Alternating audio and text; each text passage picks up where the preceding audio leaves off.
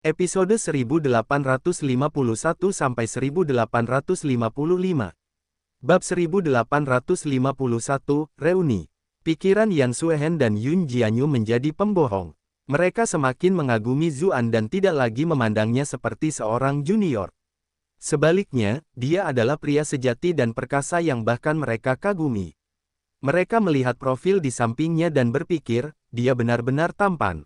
Saat mereka terus menatapnya, masing-masing dari mereka tiba-tiba menyadari bahwa wanita lainnya sedang menatapnya dengan cara yang sama. Mengapa wanita yang memiliki batu penyihir berpenampilan seperti itu? Tidakkah kau bilang dia menyukainya? Bagaimana mungkin? Kedua wanita itu dengan cepat menepisnya. Mereka telah bermusuhan selama bertahun-tahun dan paling memahami kepribadian masing-masing. Mereka benar-benar tidak dapat membayangkan bagaimana orang seperti itu akan menyukai pria ini. Untungnya, suara-suara di kejauhan menghilangkan rasa malu mereka. Dilihat dari tidak ada satupun pembicaraan mereka, sepertinya mereka tidak berani mendekat sebelumnya ketika mereka melihat petir yang menggelegar, tetapi sekarang setelah petir itu menghilang, mereka memutuskan untuk datang dan melihat apa yang sedang terjadi. Yun Jianyu dan Yan Suehen sama-sama panik. Mereka tahu bahwa pasti akan ada campuran orang baik dan jahat dalam situasi seperti ini. Banyak dari mereka pasti punya niat untuk mengambil barang rampasan. Misalnya, jika kesenian itu gagal, mereka akan mencoba untuk melihat apakah mereka dapat mengambil beberapa artefak sihir, senjata, dan barang-barang lainnya milik kultivator.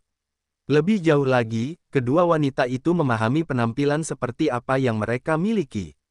Tidak pernah ada kekurangan orang yang gelisah saat mereka mengembara di dunia. Mereka sebelumnya tidak perlu takut pada orang lain karena melatih mereka. Namun, keduanya praktis telah dikeringkan oleh Zuan dan tidak dapat dipulihkan tepat waktu. Lupakan soal perkelahian, mereka bahkan tidak bisa bergerak. Jika beberapa orang jahat melihat mereka, tidak terlalu sulit untuk membayangkan apa yang akan terjadi. Mereka panik ketika melihat Zuan tiba-tiba duduk. Dia melingkarkan tangannya di pinggang mereka, mengangkat mereka, lalu terbang ke hutan yang jauh. Yan Suehen dan Yun Jianyu tercengang, lalu bertanya-tanya, kalian berpura-pura jahat sebelumnya. Kedua wanita itu tampak tidak senang. Zuan jelas-jelas bersemangat dan sehat, tetapi dia malah memanfaatkan mereka berdua dengan berbaring di tempat. Zuan berkata dengan ragu, ini salah paham, salah paham. Aku khawatir kalian berdua akan berada dalam bahaya, jadi aku hampir tidak berhasil memulihkan sedikit pun kekuatan pada saat putus asa. Yan Suehen dan Yun Jianyu berdiri di garis depan yang sama untuk pertama kalinya. Lihat cerita lainnya di novel.com. Untungnya, mereka berdua tidak terlalu peduli tentang hal itu. Yan Suehen segera berkata, cepat dan temukan segel kaisar manusia milik Zhao Han. Akan buruk jika orang-orang itu mengambilnya. Benar sekali, itu adalah rampasan perang yang kau peroleh dengan susah payah, jadi bagaimana kau bisa membiarkan orang lain mendapatkannya? Yun Jianyu menambahkan, matanya membelalak. Zhao Han telah diledakkan menjadi abu oleh cambuk petir itu, dan banyak hartanya juga hancur.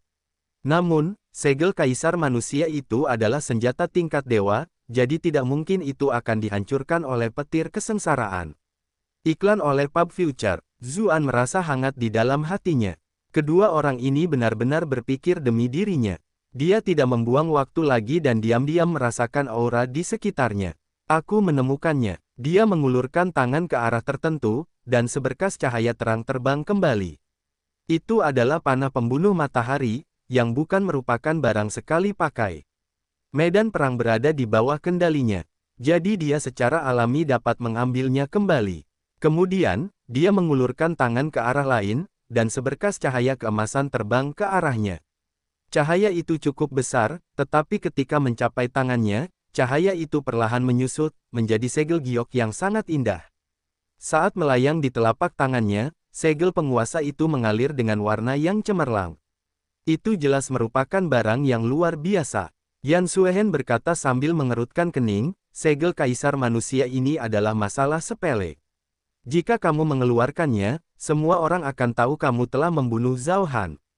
Membersihkannya setelah ini akan sangat merepotkan. Bagaimanapun juga, Zhao Han adalah kaisar dinasti Zhou Agung. Di mata mereka, dia sudah seperti dewa pelindung. Jika mereka tahu bahwa Zuan telah membunuhnya, pengadilan pasti tidak akan membiarkan masalah ini begitu saja. Orang-orang mungkin juga akan berteriak minta kepalanya. Pada saat itu, tidak akan ada tempat tersisa baginya untuk tetap tinggal di dunia ini. Mengapa kau stres memikirkan hal-hal seperti itu? Paling buruk, dia akan bergabung dengan sekte suci kita. Jika orang-orang kita tahu kau membunuh kaisar, mereka tidak hanya tidak akan membencimu, mereka bahkan akan melihatmu sebagai pahlawan besar. Aku bahkan bisa minggir dan memberimu posisi pemimpin sekte jika kau mau, dan aku yakin mereka semua akan baik-baik saja dengan itu, kata Yun Jianyu sambil tersenyum lebar. Sekarang setelah Zhao Han meninggal, suasana hatinya menjadi jauh lebih baik. Yan Suehen merasa khawatir. Dia segera berkata kepada Zuan, kamu tidak diizinkan pergi ke sekte iblis. Jika itu yang terjadi, mereka benar-benar akan menjadi musuh bebuyutan. Sebelum Zuan sempat menjawab, Yun Jianyu membalas, wanita dingin, apakah dia butuh ucapanmu yang tidak dipikirkan saat membuat keputusan? Siapa kamu baginya? Aku miliknya. Yan Suehen hampir mengatakan sesuatu, tetapi ketika dia menatap mata Yun Jianyu, dia merasa sedikit bersalah. Dia dengan cepat mengubah apa yang akan dia katakan.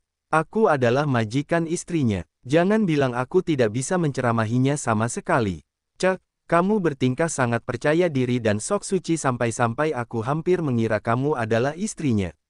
Yun Jianyu mendengus. Lagi pula, istri siapa? Mereka sudah bercerai. Muridku punya ketertarikan padanya, jadi menurutku dia akan menjadi kandidat terbaik untuk menjadi istri utama. Tidak tahu malu, gerutu Yan Suehen sambil mengerucutkan bibirnya. Siapa yang kau sebut tidak tahu malu? Yun Jianyu membalas dengan kesal. Saat menyaksikan keduanya bertarung, Zuan merasa kepalanya akan meledak. Dia segera menyuruh mereka diam. Diam, ada yang datang. Dia menyingkirkan segel kaisar manusia untuk mencegah auranya bocor keluar. Meskipun itu adalah masalah sepele, itu sangat hebat. Dia tentu saja tidak bisa membiarkan orang lain memilikinya. Sosok-sosok bergegas datang satu demi satu. Ada yang tua dan muda, dan mereka semua mengenakan pakaian yang berbeda. Mereka jelas bukan dari golongan yang sama. Bagaimanapun juga, sebuah kesengsaraan petir yang mengerikan terjadi di sini. Seorang tetua berkomentar sambil melihat gunung-gunung yang telah hangus menghitam. Dia jelas terlihat seperti seseorang yang menduduki posisi tinggi. Suaranya sedikit bergetar. Kesengsaraan adalah sesuatu yang hanya ada dalam legenda. Mereka tidak pernah menyangka akan berhadapan dengan sesuatu seperti itu sedekat ini. Saya tidak pernah menyangka bahwa seseorang benar-benar bisa menghadapi kesengsaraan. Saya ingin tahu senior mana itu, tambah pria parubaya berbaju biru lainnya. Dilihat dari sikapnya, dia jelas seorang master sekte. Iklan oleh Pub Future. Baru-baru ini, pertama-tama kita mengalami pembukaan makam besar, dan kemudian seseorang menghadapi kesengsaraan. Semakin banyak kelainan terjadi. Dunia ini mungkin tidak lagi damai, kata pria parubaya lainnya dengan wajah seperti batu giok sambil mendesah. Menurut nadanya, sepertinya mereka semua saling kenal. Tepat saat itu, suara lain yang lebih menyeramkan menambahkan, dilihat dari apa yang terlihat, dia pasti gagal dalam kesengsaraan. Selain penguasa abadi Baopu di masa lalu, kapan kita pernah melihat seseorang berhasil dalam beberapa milenium terakhir? Dia adalah seorang tetua yang keriput dan jelek. Ada energi menyeramkan yang terpancar dari seluruh tubuhnya. Jelas bahwa dia tidak mengolah metode ortodoks apapun dari satu pandangan. Tuan Blood Spirit, harap perhatikan kata-katamu. Setiap makhluk yang dapat mendatangkan malapetaka adalah pelopor di antara para senior kita. Mereka telah membuktikan bahwa masih ada jalan di depan. Bahkan jika mereka gagal, mereka telah menunjukkan jalannya, jadi mereka layak mendapatkan rasa hormat kita, kata pria parubaya berpakaian biru itu dengan serius. Cek, kau berbicara dengan cara yang terdengar sangat angkuh, tetapi bukankah kau masih menginginkan harta karun yang mereka tinggalkan? Kalian semua boleh mendesah dan meratap semau kalian, tetapi aku akan mencarinya terlebih dahulu. Barang rampasan itu milik mereka yang ditakdirkan untuk mendapatkannya. Tetua yang keriput dan jelek itu mendengus, dan sosoknya berkedip. Ia mulai mencari di area tersebut. Kesengsaraan petir ini mencakup rentang puluhan li, jadi menemukan artefak sihir di area tersebut tidaklah mudah. Ekspresi pria setengah baya berpakaian biru itu sedikit berubah. Dia menangkupkan tangannya ke arah yang lain dan mulai mencari ke arah yang berbeda. Dengan dua orang ini yang memimpin, karena takut orang lain menemukan harta karun itu sebelum mereka, yang lainnya pun ikut bergerak keluar. Kelompok Zuan yang beranggotakan 3 orang benar-benar melihat beberapa wajah yang familiar di antara kelompok itu. Salah satunya adalah seorang pemuda jangkung dan tampan, dan yang lainnya adalah seorang wanita muda yang manis. Ketika keduanya berdiri bersama, mereka menarik perhatian semua orang di sekitar mereka. Pasangan itu tidak lain adalah murid perwakilan Sekte Kesedihan Surgawi, Ziyin dan adik perempuannya, Zhao Xiaodi. Ada seorang pria lain di samping mereka. Dia bisa dianggap tampan menurut standar normal, tetapi perhatiannya tercuri saat dia berdiri di samping mereka. Dia adalah murid perwakilan Gunung Luofu, Luo Dongjiang. Beruntungnya, kelompok mereka menuju ke arah kelompok Zuan. Mereka mengobrol satu sama lain sambil mencari artefak ajaib. Aku ingin tahu di mana saudara-saudari seperguruan lainnya berada. Kami secara misterius terperangkap di ruang bawah tanah rahasia ini dan tidak tahu kapan kami bisa keluar, gerutu Zhao Xiaodi. Jelas bahwa dia masih belum mendengar kabar dari ayahnya, Raja Qi. Meskipun dia khawatir, tidak ada kesedihan yang terlihat di wajahnya. Tepat sekali, kami mencari yang lain, tetapi kami hanya berhasil menemukan satu sama lain. Aku ingin tahu kemana mereka pergi, kata Ziyin, tampak kesal. Luo Dongjiang berkomentar dengan nada mengejek, saudara Ziyin mungkin paling ingin menemukan Dewi Chu, kan? Wajah Ziyin memerah. Ia berkata, saudara Luo, jangan bercanda. Saya hanya bertanya-tanya apakah pintu masuk ruang bawah tanah rahasia itu baru akan muncul setelah kita mengumpulkan semua orang. Saya tidak mencari siapapun secara khusus. Tanpa sengaja dia menatap Zhao Xiaodi. Dia tahu Zhao Xiaodi menyukainya dan khawatir Zhao Xiaodi akan marah karena hal ini. Namun, yang mengejutkannya, ekspresi Zhao Xiaodi benar-benar tenang. Tapi kakak senior Peng terjebak di makam besar itu. Bukankah itu berarti kita tidak akan pernah bisa pergi? Zhao Xiaodi bertanya, dengan cemas. Ziyin tertegun, tetapi dia segera menjawab, itu hanya dugaanku. Mungkin saja itu tidak benar. Makam besar itu sangat menakutkan. Bahkan Nona Peng dengan kultivasinya tidak mampu melarikan diri, kata Luo Dongjiang, masih merasakan ketakutan yang tersisa. Kelompok mereka sekali lagi mendesah, mengingat betapa berbahayanya makam besar itu. Kelompok Zuan saling berpandangan. Peng Wuyan dari Pulau Kekosongan ternyata tidak berhasil keluar. Wanita itu sungguh tidak beruntung. Sebelumnya, dia telah digantikan oleh Qiu Honglei dalam kompetisi, kemudian, dia akhirnya berhasil memasuki ruang bawah tanah rahasia ini, namun akhirnya kehilangan nyawanya karenanya. Para anggota kelompok itu sedang mengobrol satu sama lain ketika mereka mendengar seseorang bergumam, aneh sekali. Jelas ada seberkas cahaya keemasan yang terbang ke arah ini.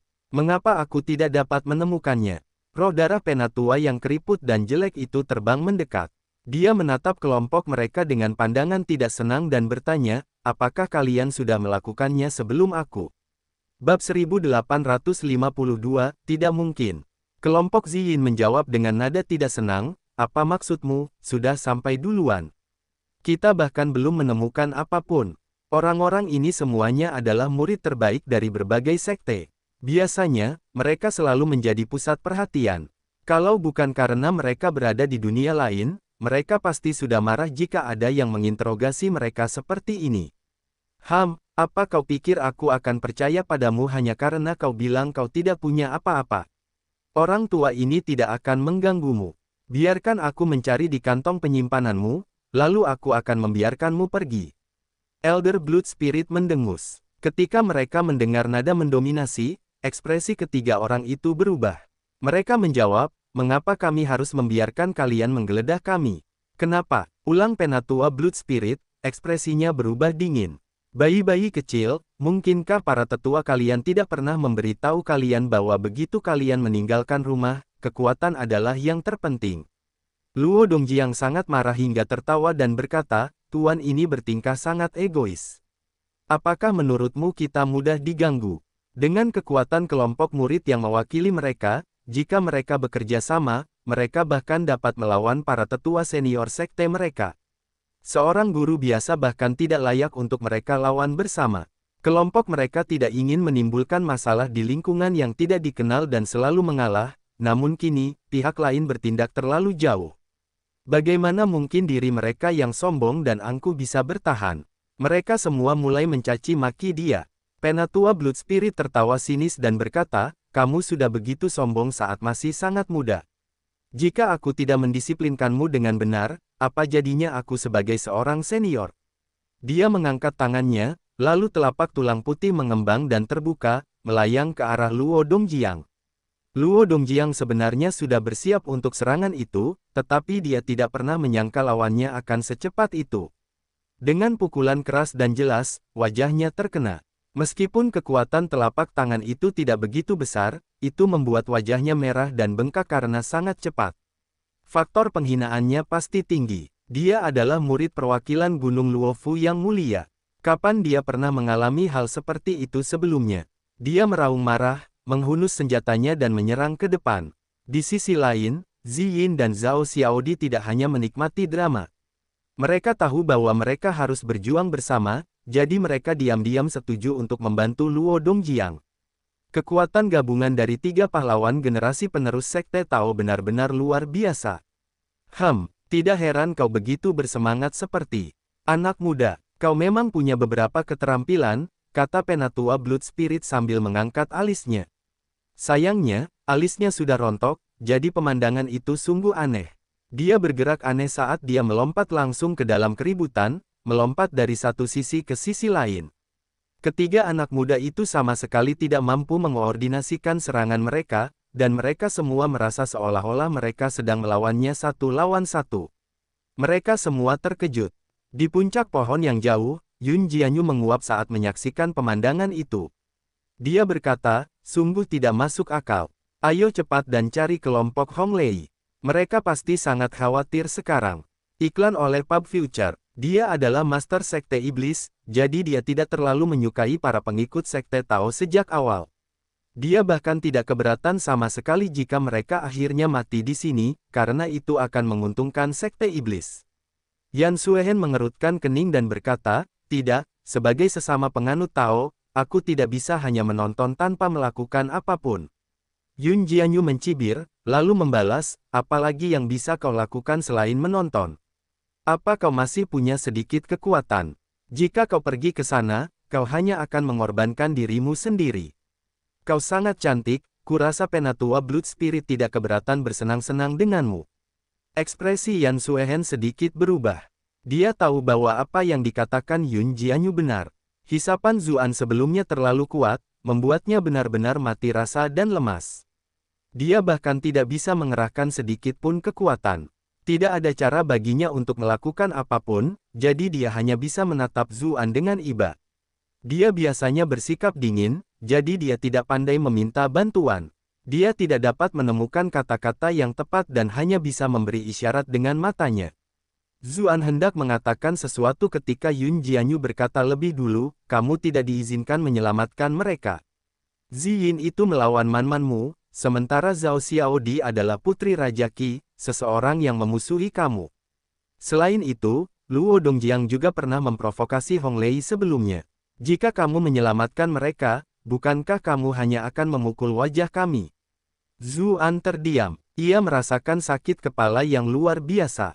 Memiliki 2 wanita cantik yang berada di kubu yang berlawanan membuat apapun pilihannya, ia akan menyinggung satu pihak. Tiba-tiba, terjadi perubahan dalam pertempuran. Zhao Xiaodi adalah orang pertama yang terpental sambil mengerang. Kemudian, Luo Dongjiang menyusul, dan setelah itu, Ziyin. Mereka semua terluka. Dilihat dari urutannya, mudah untuk mengetahui urutan kekuatan mereka.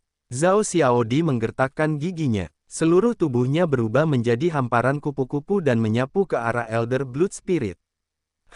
Ternyata ada racun. Sayangnya, orang tua ini paling tidak takut pada racun, kata Elder Blood Spirit. Cahaya hijau menyala di sekujur tubuhnya, seolah-olah dia telah menghisap racun itu. Kemudian, dia melepaskan tangannya yang keriput, meraih kupu-kupu yang tak terhitung jumlahnya. Dengan teriakan waspada, kupu-kupu itu berhamburan dan Zhao Xiaodi muncul, lehernya digenggam di tangannya. Nona kecil, kau sebenarnya cukup cantik, kata Elder Blood Spirit. Lidahnya yang panjang dan tipis menjulur dan menjilati pipi putihnya yang lembut. Tiba-tiba, angin kencang bertiup. Elder Blood Spirit menggigil. Dia segera mengangkat kepalanya dan menyingkir. Zhao Xiaodi memanfaatkan kesempatan untuk melepaskan diri dari kendalinya dan melarikan diri sejauh 100 meter. Wajahnya yang kecil dan cantik dipenuhi ketakutan. Dia hampir tertangkap tadi. Dilihat dari betapa mesumnya lawannya, tidak sulit membayangkan nasibnya jika itu terjadi. Elder Blood Spirit menyuarakan keterkejutannya. Kemudian, sedikit kegembiraan muncul di wajahnya. Dia berseru, itu benar-benar senjata kelas abadi. Haha, bahkan jika aku tidak dapat menemukan orang yang menghadapi kesengsaraan, ini sudah cukup kompensasi. Ziyin memegang bola tanpa bayangan di tangannya. Dia benar-benar terlihat frustrasi. Dia tidak akan bisa menang melawan lawan jika dia tidak mengeluarkan senjata ini, tetapi sekarang setelah dia mengeluarkannya, lawannya jelas menginginkannya. Mereka benar-benar tidak beruntung hari ini. Elder Blood Spirit tidak memberi mereka waktu untuk menyesal. Dia bergerak secepat kilat. Dia mengubah rencana awalnya dari berurusan dengan Zhao Xiaodi terlebih dahulu, sebaliknya, dia memfokuskan seluruh kekuatannya pada Ziyin untuk mencuri bola tanpa bayangannya. Ziyin segera berada dalam situasi yang sulit. Zhao Xiaodi segera bergegas maju untuk menolongnya. Setelah ragu-ragu sejenak, Luo Dongjiang juga menggunakan keterampilan terlarangnya dan menyerang ke depan.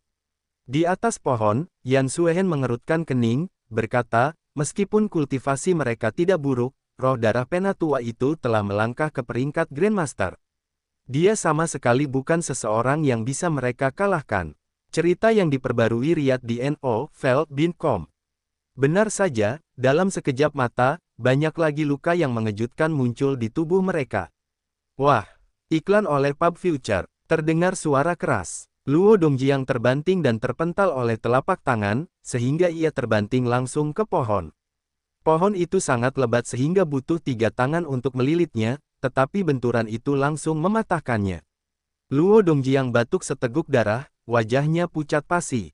Jelas bahwa dia terluka parah. Secara naluriah dia ingin menyerang lagi, tetapi tubuhnya dengan cepat berhenti. Saat dia melihat sosok seperti hantu lawan melesat, dia tahu bahwa bahkan jika mereka bertarung sampai mati, mereka tetap tidak akan menjadi lawannya. Karena perhatiannya sepenuhnya tertuju pada mereka berdua saat ini. Ada sedikit keraguan di wajahnya, tetapi akhirnya, dia mengatupkan giginya. Dia berbalik dan berlari. Dengan tersingkirnya dia dari pertarungan, tekanan pada Zhao Xiaodi meningkat pesat. Ketika dia melihat dia melarikan diri, dia terkejut dan khawatir, berseru, kakak senior Luo, kemana kamu pergi? Luo Dongjiang segera berseru, adik perempuan Zhao, aku akan mencari bantuan. Bertahanlah. Sosoknya menghilang di kejauhan saat dia berbicara. Perhatian penatua Blood Spirit sepenuhnya tertuju pada bola tanpa bayangan, jadi dia bahkan tidak merasa ingin mengejar Luo Dongjiang. Zhao Xiaodi merasa hatinya hancur. Siapa lagi yang mereka kenal di dunia ini?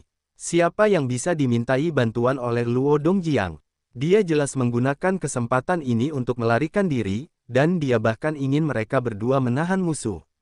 Penatua Blood Spirit juga tertawa terbahak-bahak, berkata, bahkan pasangan yang sudah menikah akan meninggalkan satu sama lain saat menghadapi bencana, sementara kalian bertiga hanya teman seperjalanan. Mengapa dia mempertaruhkan nyawanya untukmu? Ziyin pun terkejut dan geram. Ia mengeluarkan raungan yang keras. Saat lawan menghindari bola tanpa bayangan, ia menabraknya dengan dorongan gunung besi untuk mencoba melukainya dengan serius. Gerakanmu ini agak menarik. Gerakan itu sebenarnya mengandung kekuatan tabrakan gunung, kata Elder Blood Spirit. Meskipun begitu, dia dengan mudah menghindar ke samping. Kemudian, kakinya terjulur keluar, memanfaatkan momentum Ziyin untuk melemparkannya. Ziyin terbanting ke tanah. Sekarang, dialah yang harus menanggung hentakan dari dorongan gunung besi. Suara retakan keras terdengar dari tubuhnya saat tulang-tulangnya hancur. Dia tidak lagi memiliki kekuatan untuk terus bertarung. Zhao Xiaodi bergegas mendekat dengan panik untuk mencoba menyelamatkannya, tetapi lengan keriput lawan melewati serangan rumitnya dan mencekik lehernya. Ketika mereka melihat itu, secercah keputusasaan melintas di wajah Ziyin dan Zhao Xiaodi. Membunuh demi harta orang lain, mati dengan cara yang memalukan. Segala macam ayat muncul dalam pikiran mereka. Haha, keberuntunganku hari ini benar-benar bagus. Aku tidak hanya memperoleh senjata kelas abadi, bahkan ada wanita cantik yang bisa kunikmati, kata Penatua Blood Spirit. Dia menyegel titik akupuntur Zhao Xiaodi sebelum melemparkannya ke samping. Tiba-tiba, dia melihat ke suatu arah dan berseru, "Kalian di sana, kalian sudah menonton drama ini begitu lama. Kurasa kalian sudah cukup menontonnya sekarang, kan?" Zuan terdiam. Meskipun suara Yun Jianyu dan Yan Suehen pelan, dia tidak menyangka bahwa Elder Blood Spirit akan menyadari keberadaan mereka. Kultivasi orang ini benar-benar tidak bisa diremehkan. Dia hanya bisa menggendong Yun Jianyu dan Yan Suehen bersamanya saat dia melompat dari pohon sambil berseru, "Jika aku bilang kami hanya lewat saja, apakah kau akan membiarkan kami pergi?" Dia tidak ingin mendapat masalah lagi, jadi dia mengeluarkan topeng untuk menutupi wajahnya. Sementara itu, Yan Suehen dan Yun Jianyu bersikap seolah-olah mereka telah menemukan harta karun yang paling berharga. Mereka dengan panik meraih topeng untuk menyembunyikan wajah mereka. Mereka bahkan membenamkan kepala mereka di bahunya tanpa rasa malu, karena takut ada junior yang mengenali mereka. Berikan energi dan persiapan pukul 1:07. Iklan oleh Pub Future. Bab 1853, Rahasia Luar Biasa. Ketika melihat mereka bertiga, mata Elder Blood Spirit membelalak. Meskipun penampilan Yan Suehen dan Yun Jianyu biasa saja, tubuh dan sikap mereka membuat mereka menjadi barang kelas atas. Dia menatap wajah mereka sekali lagi. Mereka masih biasa saja. Dari sudut pandang manapun, keduanya sama sekali tidak cocok. Dia sangat berpengalaman dalam dunia kesatria dan langsung menduga bahwa mereka mengenakan topeng untuk menyembunyikan kecantikan mereka yang menakjubkan. Hal itu membuatnya semakin sulit menahan rasa gatal di dalam hati. Dia benar-benar ingin membuka topeng mereka untuk melihat wajah cantik mereka. Sungguh beruntungnya aku dengan wanita luar biasa hari ini. Baru saja ada seorang wanita cantik jelita, dan dua wanita cantik lainnya baru saja muncul. Dia pasti akan benar-benar kelelahan malam ini. Ziyin dan Zhao Xiaodi menatap orang ketiga yang muncul. Cahaya di mata mereka perlahan meredup. Mereka mencoba melarikan diri dari bencana dan melihat seseorang lewat. Bahkan jika itu bukan seseorang yang sebanding dengan Elder Blood Spirit, menambahkan beberapa variabel lagi masih akan bagus. Namun, siapa yang mengira akan ada tiga orang seperti ini? Pria di tengah tampak sangat biasa, dan bahkan tidak ada sedikit pun keterkejutan yang keluar darinya. Dia jelas hanya orang biasa. Kedua wanita itu memang memiliki sikap dan bentuk tubuh yang luar biasa, tetapi mereka berbaring di tubuh pria di tengah seolah-olah mereka tidak memiliki satu pun tulang di tubuh mereka. Siapa lagi kalau bukan tuan muda yang keluar untuk bermain dengan selir-selirnya, tetapi secara tidak sengaja ditemukan di sini. Sayangnya, mereka akhirnya bertemu dengan roh darah tua yang kejam. Segala kemungkinan besar menjadi pertanda buruk bagi mereka. Sungguh kasihan bagi kedua wanita luar biasa itu. Kemungkinan besar mereka tidak akan bisa lolos dari penghinaan. "Lewat, kenapa kamu bersembunyi di pohon kalau tidak kamu lewat?" tanya tetua Blood Spirit sambil mencibir. "Kami bersembunyi di pohon untuk menghindari binatang buas. Bagaimana kami bisa tahu kalau kebetulan kami akan melewati Anda?" jawab Zuan. "Saya mulai pusing. Dia benar-benar tidak ingin terlibat dalam masalah ini. Alasan utamanya adalah Zhao Han telah meninggal di dekat situ, jadi ia tidak ingin orang lain tahu bahwa ia muncul di dekat situ untuk menghindari orang lain memunculkan ide-ide yang tidak perlu. Dia sebelumnya pernah bertemu Ziyin dan Zhao Xiaodi, jadi dia tidak bisa begitu saja membunuh mereka untuk menyatukan mereka, bukan? Ia tidak pernah menyangka bahwa meskipun kelompoknya jelas-jelas berada jauh dari konflik, mereka tetap saja akan terjebak. Ketika mendengarnya, mata Elder Blood Spirit langsung bersinar. Dia bertanya, "Kamu di sini sepanjang waktu? Kalau begitu, bukankah itu berarti kamu tahu siapa yang menghadapi kesengsaraan di sini?" Itulah yang membuat sebagian besar ahli di dunia ini penasaran. Mereka ingin datang dan melihat siapa di antara teman lama mereka yang memiliki kualifikasi seperti itu. Zuan tampak tercengang, lalu menjawab, "Itu tadi kesengsaraan. Kupikir itu hanya petir. Aku jadi bertanya-tanya mengapa petir itu terdengar begitu menakutkan. Penatua Blood Spirit mengerutkan kening dan bertanya, jangan bilang kau tidak melihat apapun di sini. Tidak, gunturnya terlalu keras. Aku tidur di sini bersama kedua istriku, kata Zuan. Begitu dia berbicara, ada semburan rasa sakit yang hebat dari pinggangnya. Kedua wanita itu sama-sama kesal dan diam-diam mencubitnya. Yan Suehen mengenakan topeng, jadi dia tidak perlu khawatir kemerahan di wajahnya terlihat oleh orang lain. Anak ini makin kelewat batas. Kalau mereka benar-benar tahu identitasku, bagaimana aku akan menghadapi orang lain di masa depan?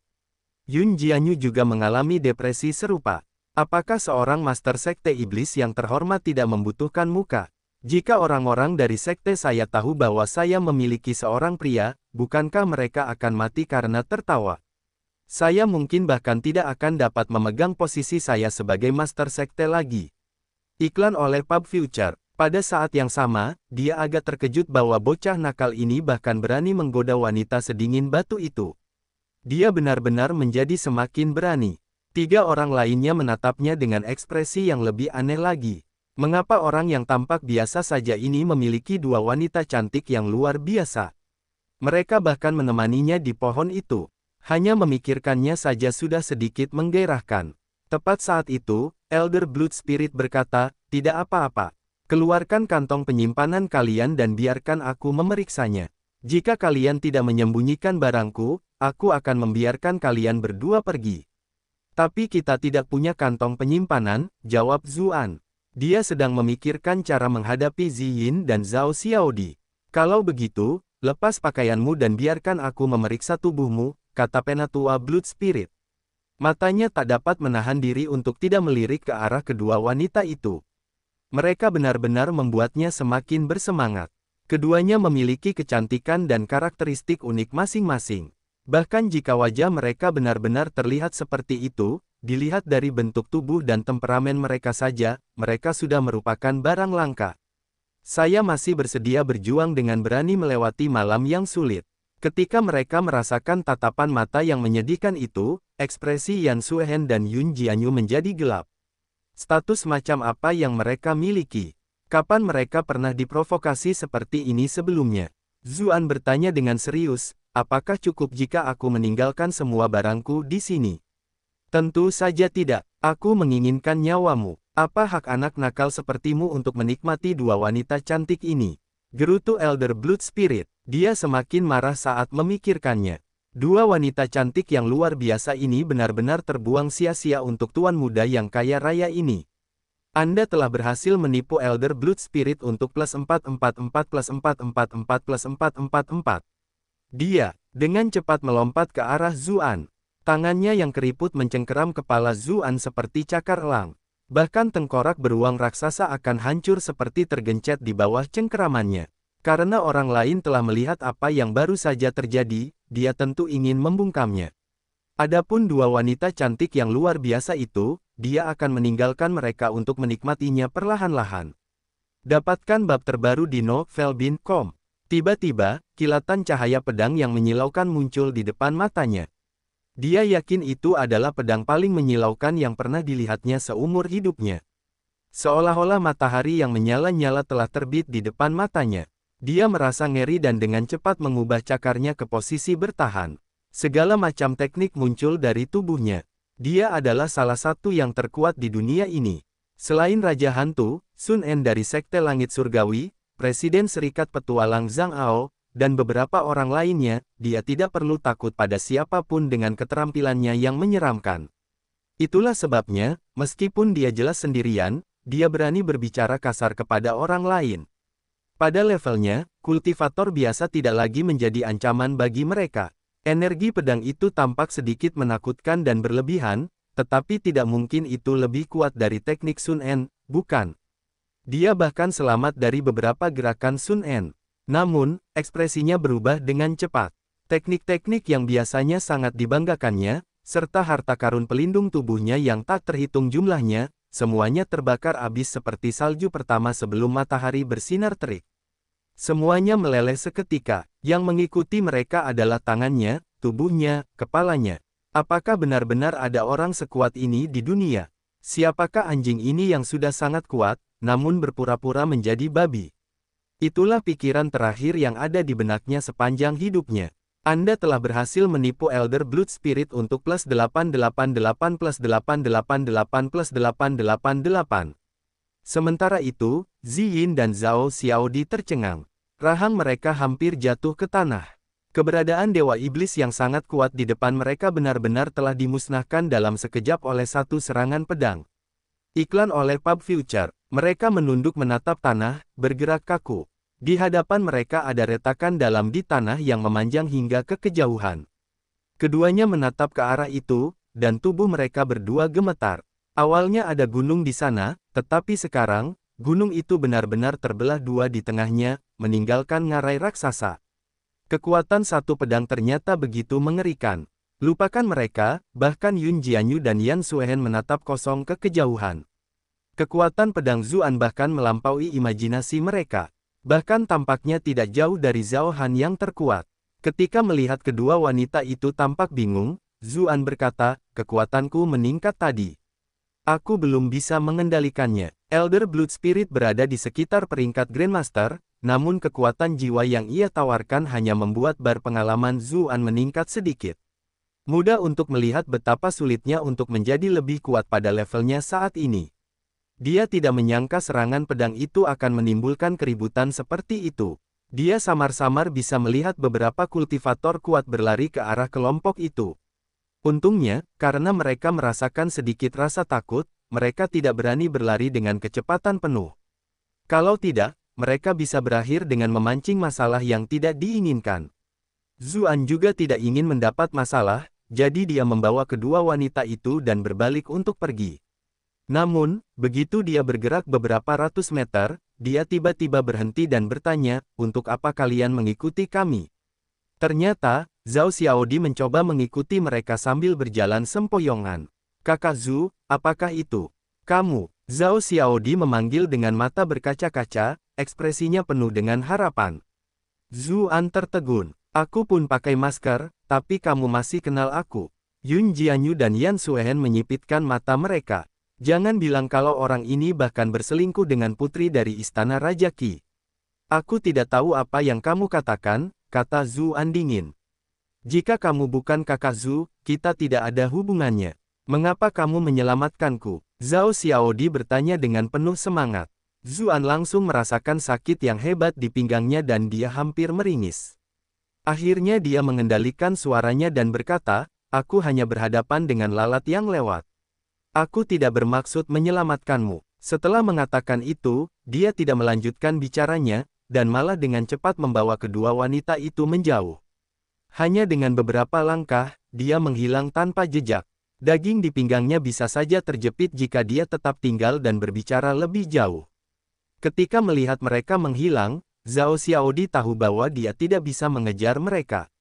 Namun, ada senyum gembira di wajahnya. Dia bergumam pada dirinya sendiri, Kakak Zhu, aku tahu itu kamu. Dulu, kamu melakukan itu padaku. Aku ingat bau tubuhmu. Dia selalu memiliki indera penciuman yang tajam. Selama dia cukup dekat dengan seseorang, dia dapat mengingat baunya. Bau kedua wanita di sampingnya juga agak familiar.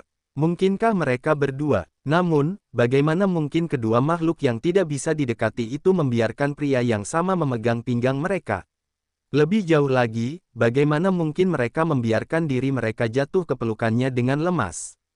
Tunggu, kakak Zhu bilang dia tidur bersama mereka berdua di pohon. Mata Zhao Xiaodi langsung membelalak. Dia merasa seolah-olah telah menemukan rahasia yang luar biasa. Pantas saja dia tidak mau mengakui identitasnya. Pantas saja mereka harus memakai topeng. Saat ini, Yun Jianyu juga menyebut Zuan. Dia bertanya, Xiao An, hubungan macam apa yang sebenarnya kamu miliki dengan putri itu? Saat itu, di puncak emas, Raja Qi juga berkata dia ingin memberikannya kepadamu. Yan Suehen, yang terus bergerak ke sana kemari karena tidak nyaman digendong, juga terdiam. Dia menajamkan telinganya untuk mendengarkan jawabannya. Kami tidak punya banyak hubungan. Kami hanya bertemu sekali sebelumnya di Istana Raja Yan. Kakak Yan juga ada di sana saat itu, kata Zuan, merasakan sakit kepala yang mulai datang. Saat itu, Raja Qi sangat membutuhkan bantuan apapun yang bisa didapatkannya, jadi itu hanya janji kosong yang dibuatnya untuk melibatkanku. Yun Jianyu menatap Yan Suehen dengan tatapan ingin tahu. Yan Suehen berkata dengan tenang, dia jelas tidak menyukaimu saat terakhir kali kita bertemu. Mengapa sikapnya terhadapmu sekarang tampak sangat berbeda? Dia bahkan mengenalimu saat kau mengenakan topeng. Yun Jianyu mengangkat alisnya dan berkata, wanita berwajah dingin, aku belum pernah melihatmu berbicara sebanyak itu sekaligus. Aku tidak menyangka kau begitu tertarik dengan hubungan cintanya ini. Yun Jianyu tercengang. Tidak bisakah aku meminta sedikit demi cucu Yan? Benar, aku juga bertanya pada Hong Lei, kata Yun Jianyu sambil mengancam Zuan lagi. Cepat dan katakan dengan jujur. Sebenarnya kalian berdua punya hubungan apa? Saat melihat gerakan Yun Jianyu, Yan Suehen tak kuasa menahan diri untuk tidak mencengkeram tangannya. Saya tidak menyangka menikahi seseorang bisa menjadi sumber pelepas stres yang baik. Suasana hati saya tampaknya sudah membaik. Zuan terdiam. Dia hanya bisa menjawab, aku benar-benar tidak tahu bagaimana dia mengenaliku, aku juga bingung dengan kalian berdua. Dia masih bisa mengenalimu bahkan setelah wajahmu berubah total. Kecuali jika ada sesuatu yang sangat intim terjadi di antara kalian berdua dan dia benar-benar mengenal tubuhmu, bagaimana dia bisa langsung mengenalimu hanya dengan melihat sekilas bentuk tubuhmu? Seru Yun Jianyu, menganalisis situasi saat dia berbicara. Ekspresinya juga sedikit berubah. Bahkan Yan Suehen menatapnya dengan ekspresi dingin. Bukankah orang ini agak terlalu konyol? Anda telah berhasil menipu Yun Jianyu sebesar plus 233 plus 233 plus 233. Anda telah berhasil menipu Yan Suehen untuk plus 233 plus 233 plus 233. Ketika melihat mereka berdua benar-benar marah, Zuan pun menjadi sangat tertekan.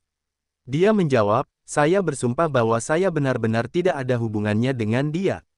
Jika hubungan seperti yang kalian berdua bicarakan terjadi sebelumnya di antara kita, maka biarkan aku menghancurkan petir surgawi. Ketika dia melihat betapa seriusnya dia, Yun Jianyu akhirnya mulai yakin. Tepat pada saat itu, Yan Suehen berkata sambil tercengang, lagi pula, kamu punya sangkar Faraday itu. Kamu tidak takut pada petir di benteng? Yun Jianyu tercengang. Benar saja, bocah nakal ini benar-benar sedang mempermainkan kita.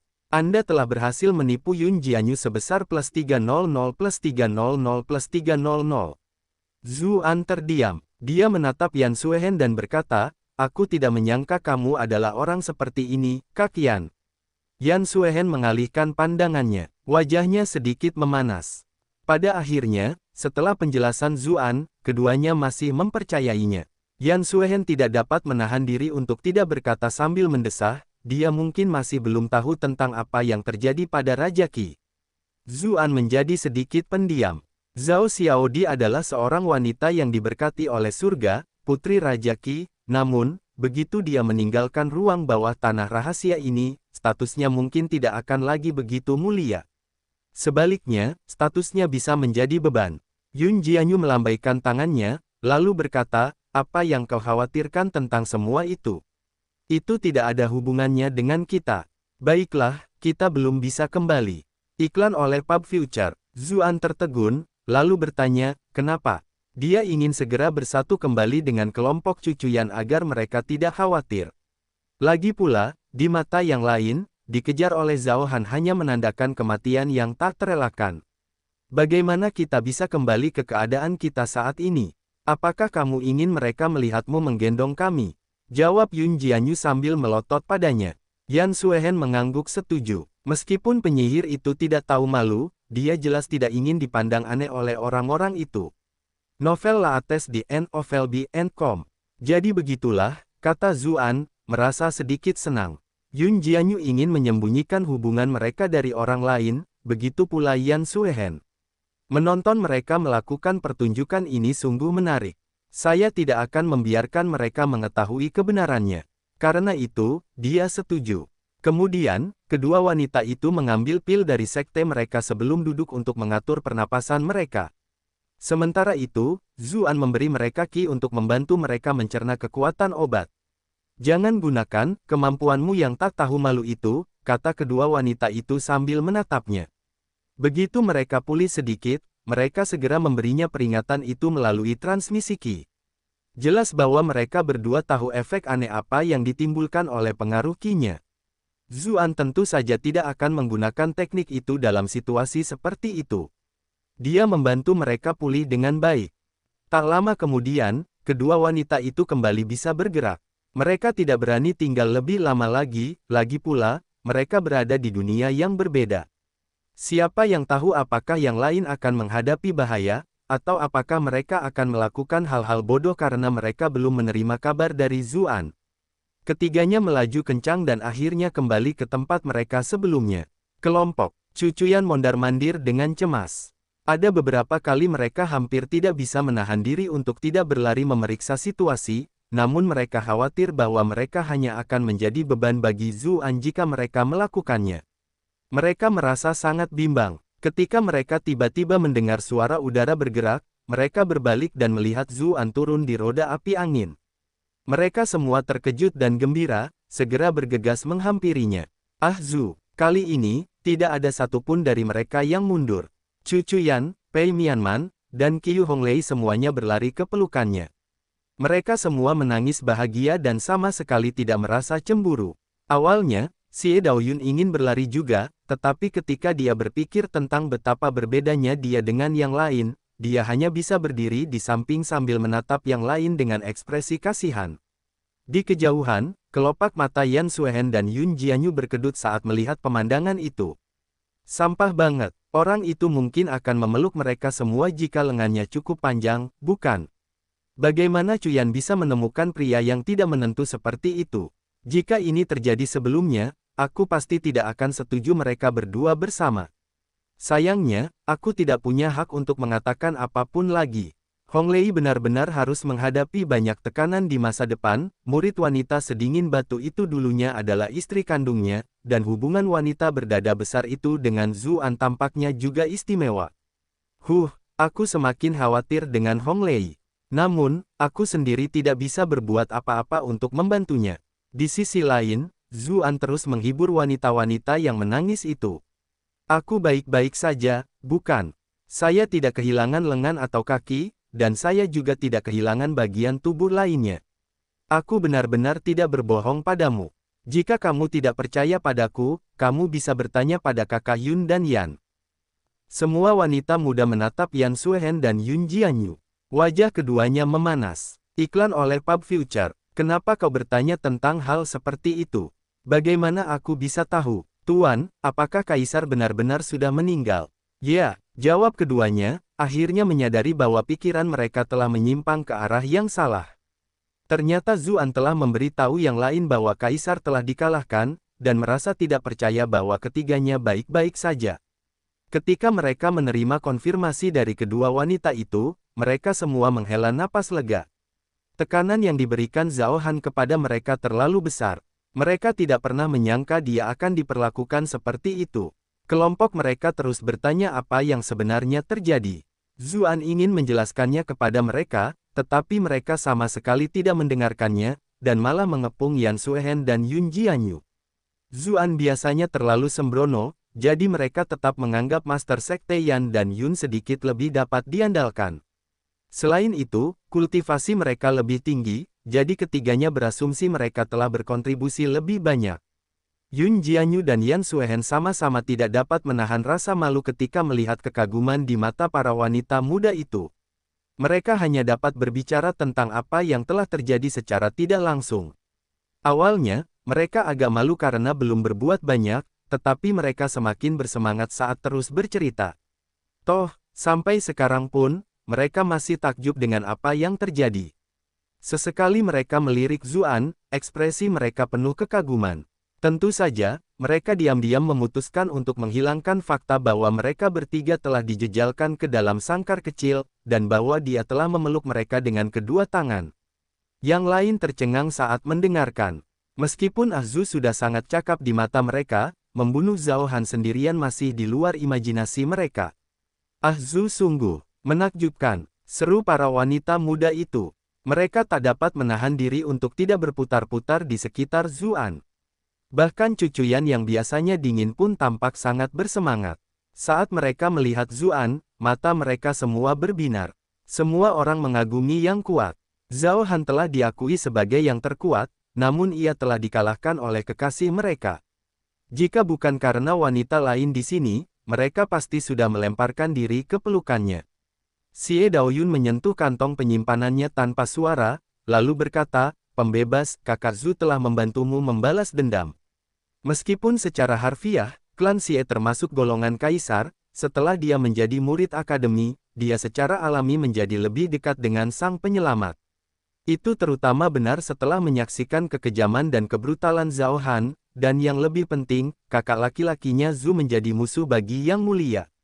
Dia tiba-tiba bertanya dengan cemas, "Kakak Zhu, apa yang harus kita lakukan jika orang lain bertanya tentang hal ini setelah kita meninggalkan tempat ini?" Masih banyak pasukan di Istana Kekaisaran yang setia kepada Yang Mulia. Jika orang lain tahu bahwa dia telah melakukan pembunuhan raja, seluruh kekaisaran bisa mengejarnya. Para wanita lainnya segera menyadari masalah itu juga. Mereka semua menjadi khawatir. "Apa yang kau takutkan? Jika keadaan semakin mendesak, kau bisa saja datang ke sekte suci kami." Yun Jianyu mulai berbicara dengan cukup bangga, tetapi dia segera merasakan niat membunuh yang datang dari para wanita lainnya. Dia tiba-tiba merasa sedikit bersalah juga. "Tidak apa-apa jika yang lain melihatku seperti itu, tapi Hong Lei, ada apa dengan tatapanmu itu? Jangan bilang sekte suci kita benar-benar tidak sedap dipandang. Apakah kau sungguh mengira kekasihmu akan dirugikan dengan pergi ke sana?" Zuan berkata dengan ekspresi riang, "Jangan khawatir. Zhao Han meninggal di makam besar itu. Bukan aku yang membunuhnya, jadi apa yang harus kutakuti?" Mata yang lain berbinar. Makam besar itu misterius dan mengerikan, dan mungkin ada orang lain yang memasuki ruang bawah tanah rahasia ini yang bisa menjadi saksi. Kaisar telah menghilang di dalam, itu adalah penjelasan yang sangat masuk akal. Saat mereka melihat Zuan, mereka semua memasang ekspresi aneh. Pria ini benar-benar pandai berbohong. Dia tidak hanya pandai berbohong kepada wanita, dia juga pandai berbohong kepada pria. Tiba-tiba, gerbang cahaya terang muncul tidak jauh dari mereka. Mereka semua sangat gembira, karena aura yang familiar itu jelas merupakan pintu keluar dari ruang bawah tanah rahasia. "Mengapa gerbang itu tiba-tiba muncul di depan kita?" Yan Suehen bertanya-tanya. Lagi pula, di masa lalu, pintu keluar ruang bawah tanah rahasia hampir selalu berada di tempat mereka masuk. Aku ingin tahu apakah orang-orang dari sekte lain akan dapat bergegas ke sini tepat waktu.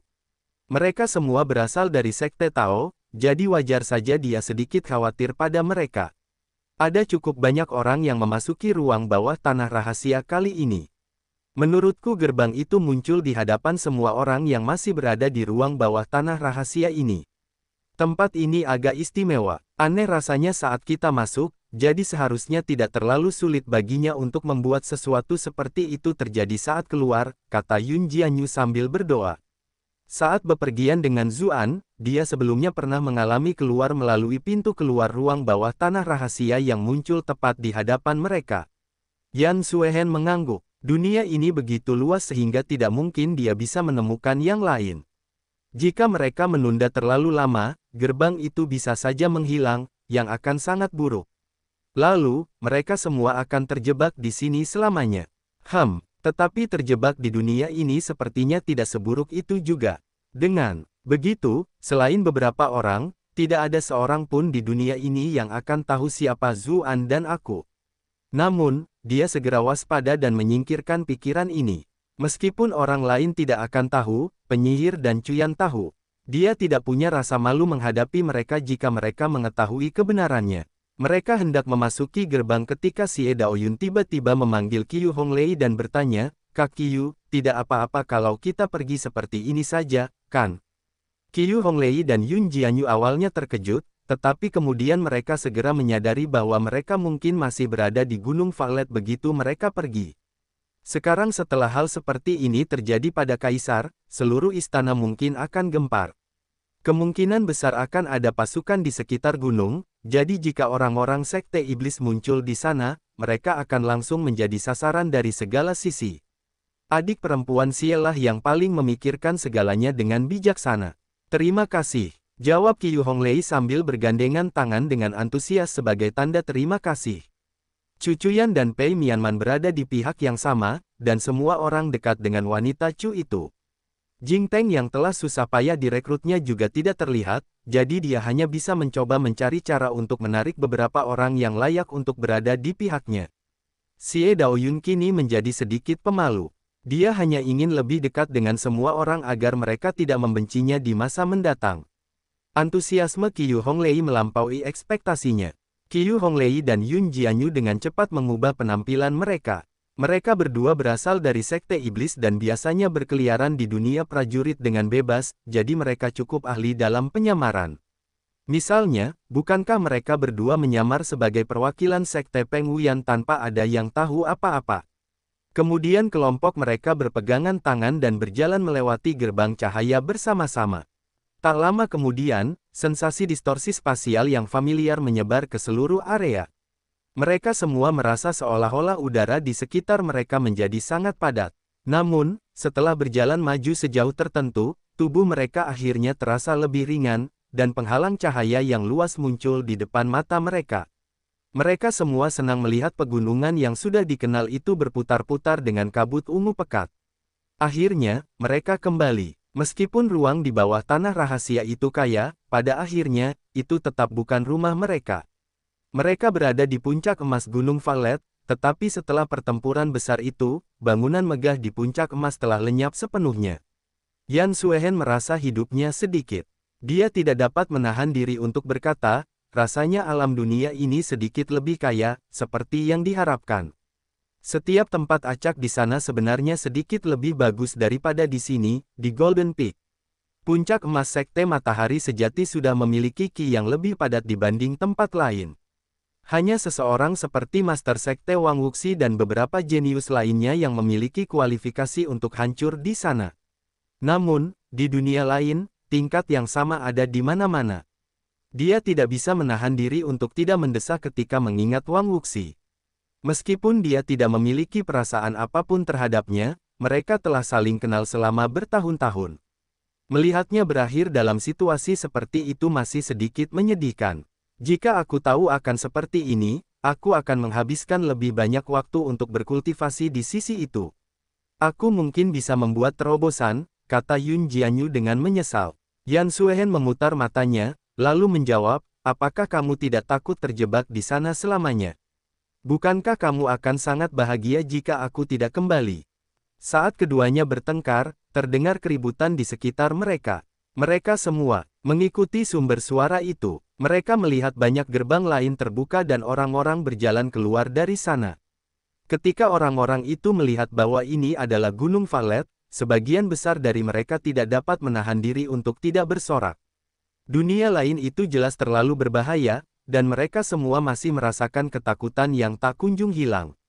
Orang pertama yang keluar adalah Wu Xiaofan dan Zhang Xi dari Sekte Matahari Sejati.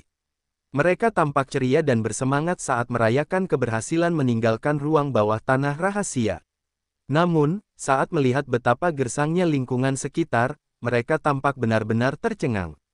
Apakah ini puncak emas? Kemana altar upacara Fengshan pergi? Dan di mana simbol mereka, istana yang murni? Iklan oleh Pub Future. Mereka dengan panik mencari di area tersebut. Jelas bahwa mereka telah memasuki ruang bawah tanah rahasia sebelum pertempuran besar di Gunung Valet, jadi mereka tidak tahu apa yang telah terjadi. Kemudian, Wan Guyi dari Jade Fall Palace muncul. Dia memasukkan kedua tangannya ke dalam saku dan memasang ekspresi kesal di wajahnya. Namun, saat dia melihat sekelilingnya, dia benar-benar ketakutan. Berikutnya adalah Lou Wucheng dari Sekte Giok Putih. Ia juga tercengang saat melihat sekelilingnya. Meski begitu, ia segera menyadari keberadaan kelompok Zuan dan bergegas menghampiri, bertanya, pemimpin Sekte Yan, adik perempuan Chu, apa yang sebenarnya terjadi di sini? Mengapa puncak emas menjadi seperti ini? Di mana guruku? Zuan berpikir dalam hati, jiwa gurumu telah dihisap oleh Dark Jing Teng. Dia bertanya-tanya apakah Lou Wucheng akan pingsan di tempat jika dia mendengar itu. Yan Suehen menghela nafas dan berkata, ceritanya panjang.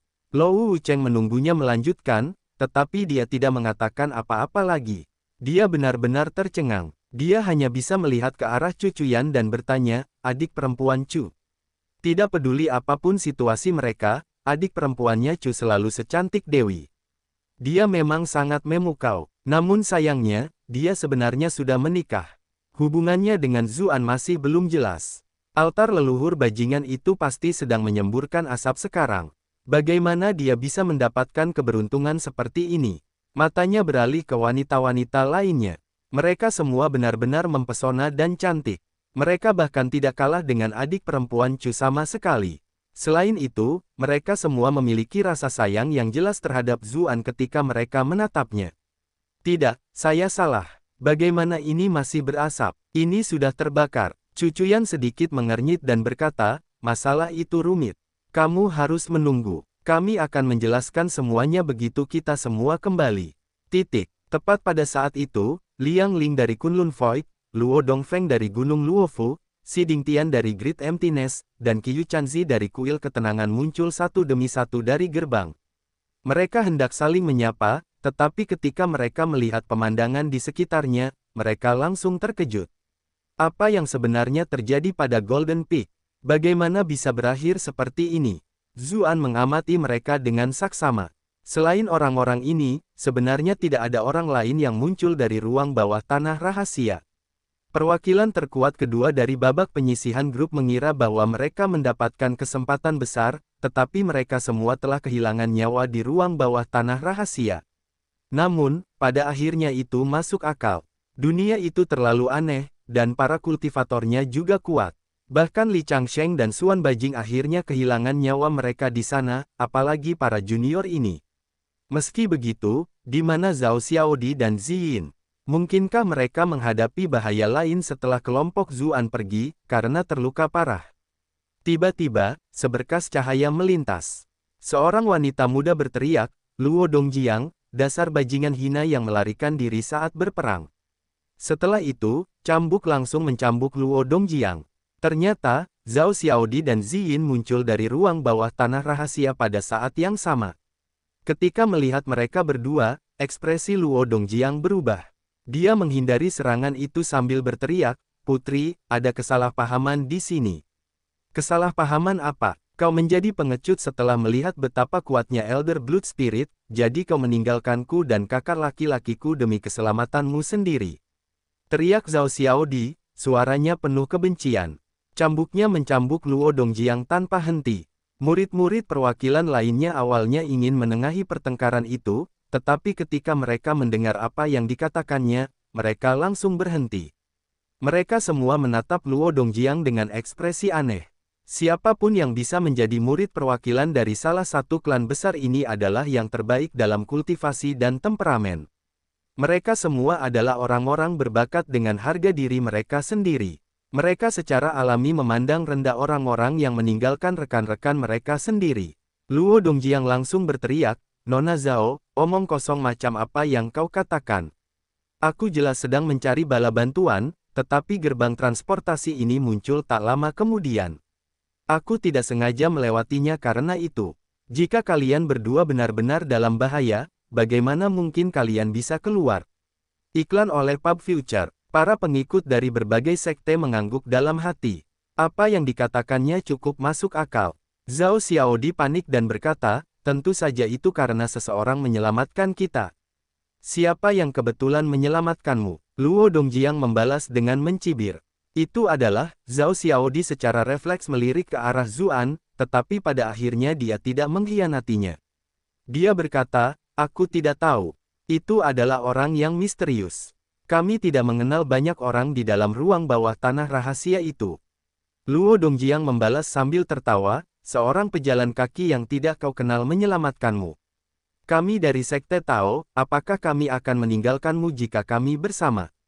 Aku benar-benar mencari bala bantuan, dan aku bahkan berpikir untuk mencoba membawa roh darah tetua itu pergi dan mengorbankan diriku sendiri." Zhao Xiaodi sangat marah. Namun, saat itu, cahaya putih berkedip dan Guan Chouhai muncul di puncak emas. Zuan berpikir dalam hati, orang ini benar-benar kecoa yang tidak bisa dibunuh. Guan Chouhai tidak dibunuh oleh Zhao Han di puncak emas, dan kemudian dia berhasil bertahan hidup bahkan setelah ditarik ke ruang bawah tanah rahasia. Li Changsheng dan Xuan Bajing, yang ikut bersamanya, sudah mati. Ketika dia melihat gurunya, Zhao Xiaodi akhirnya menemukan dukungannya. Dia dipenuhi kecemasan selama waktunya di ruang bawah tanah rahasia, dan dia hampir dipermalukan oleh roh darah penatua itu, dengan hidupnya yang akan segera menyusul. Bagaimana dia bisa menahan keluhan itu? Dia berteriak, "Guru, Anda harus menegakkan keadilan bagi murid Anda." Luo, novel Laates di @novelb.com. Sebelum dia bisa mengatakan apapun, Guan Chouhai mengangkat tangannya untuk menghentikannya. Dia menyapu pandangannya ke sekelilingnya dengan waspada dan berkata dengan serius, "Kita pergi sekarang." Saat itu terdengar suara menyeramkan, tidak seorang pun boleh pergi. Sekelompok besar prajurit bergegas dari anak tangga di tengah gunung dan dengan cepat mengepung kelompok itu. Mereka semua mengenakan baju besi berkilau, memancarkan aura ganas. Orang yang memimpin tidak lain adalah Jenderal Perang Gerilya, Raja Guangling, Zhao Yuan. Pasukan perang gerilya miliknya adalah salah satu pasukan paling elit di Istana Kekaisaran. Dia hanya pernah mengikuti perintah Kaisar. Dia memimpin bawahannya ke arah Guan Chouhai dan berkata, "Master Sekte Guan, Anda tidak diizinkan pergi." Guan Chouhai melotot dan berkata, "Dunia ini begitu luas, aku bisa datang dan pergi sesukaku. Apa hakmu untuk menghentikanku?" Zhao Han tidak ada di sini saat ini, jadi dia yakin bahwa kultivasinya sudah cukup baginya untuk melakukan sesuka hatinya. "Master Sekte Guan, mungkinkah Anda mencoba memulai pemberontakan?" Sebuah suara dingin terdengar. Seorang tetua berpakaian jubah resmi perlahan berjalan mendekat. "Raja Yan," seru Guan Chouhai, ekspresinya berubah. Raja Yan juga seorang Grandmaster veteran. Dengan orang itu di sini, di atas pasukan perang gerilya, dia benar-benar tidak bisa melarikan diri lagi. "Kakek ke-9, Anda datang di waktu yang tepat. Bantu saya menangkap Luo Dongjiang yang tercela itu," seru Zhao Xiaodi, bergegas menghampiri dengan gembira dan menunjuk Luo Dongjiang. Raja Yan merupakan paman ke-9 dari Yang Mulia dan Raja Qi, jadi sudah sewajarnya dia menjadi kakek baginya. Ekspresi Luo Dongjiang berubah. Dari segi pelatihan dan latar belakang rahasia, dia tidak punya alasan untuk takut padanya. Namun, dia memiliki identitas yang lain. Ayahnya adalah Raja Qi yang terkenal. Dia termasuk dalam 3 besar kekaisaran. Raja Yan berteriak dan berteriak, "Tangkap dia!" Awalnya, Zhao Xiaodi tersenyum lebar. Dia sudah mulai membayangkan bagaimana bocah itu akan mati. Dia berani mengkhianati putri ini. Ekspresinya tiba-tiba membeku, karena para prajurit itu tidak mengejar Luo Dongjiang, dan malah mengurungnya. Dia terkejut dan khawatir, "Kakek ke-9, apa yang terjadi di sini? Apakah ada kesalahan di sini?" "Tidak salah lagi. Orang yang kami tangkap adalah Anda. Ayahmu telah bersekongkol untuk membunuh Yang Mulia, jadi kami perlu membawamu kembali untuk membantu penyelidikan kami," kata Raja Yan dengan dingin. "Apa?" seru Zhao Xiaodi, pikirannya kosong. Dia bahkan tidak sepenuhnya memahami apa arti kata-kata itu untuk beberapa saat. Seluruh Golden Peak menjadi nyata ketika kata-kata itu diucapkan. Mereka semua bertanya-tanya mengapa tampaknya terjadi pertempuran besar di Golden Peak. Jika itu melibatkan Raja Qi dan Yang Mulia, semuanya masuk akal.